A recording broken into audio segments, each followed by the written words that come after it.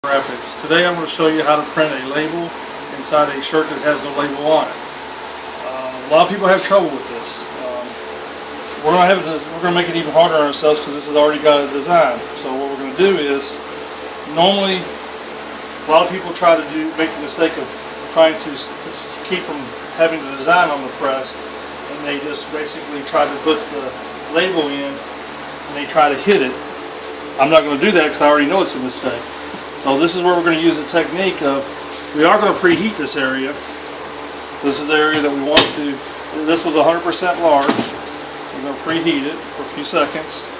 It was 100% cotton. We've got the area nice and flat that we want. We're going to get to a mouse pad.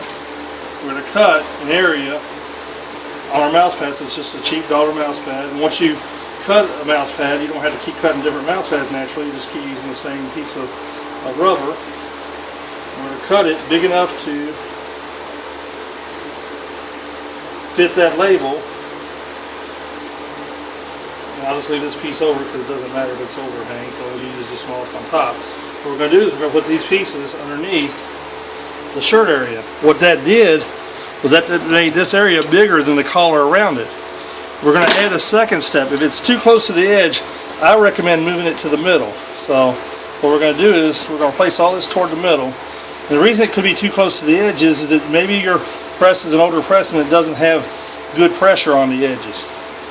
Well, as you'll see, it also leaves this area exposed too, where the heat's going to hit this area. Well, I'm going to show you how to take care of that. So let's just make sure this is in the right area, right spot. We'll lay our label right here, and you got to make sure it's covering the whole area there. It is, and that's where we want it. Now I'm going to take a Teflon sheet.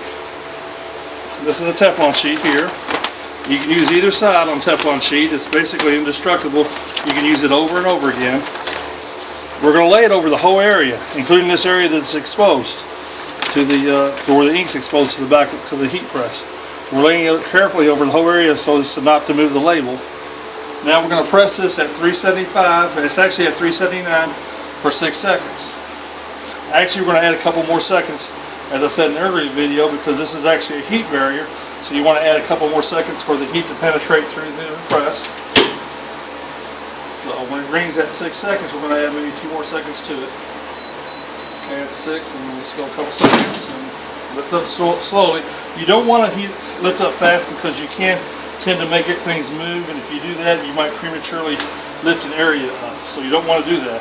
Same thing here. You don't want to take this off right away because you've already exposed this area a little bit. So you've got to let it cool down just enough to where the ink settles back onto the shirt and not onto the heat press, so you don't lose any of the opacity that was in the design, which I didn't. And then you want to go ahead and peel this off fairly quickly, but there it is there. This is a close-up of it. Hopefully you can see that everything turned out fine, and it's exactly where we want it. And that's how to press the label on the back of a shirt. Thank you very much.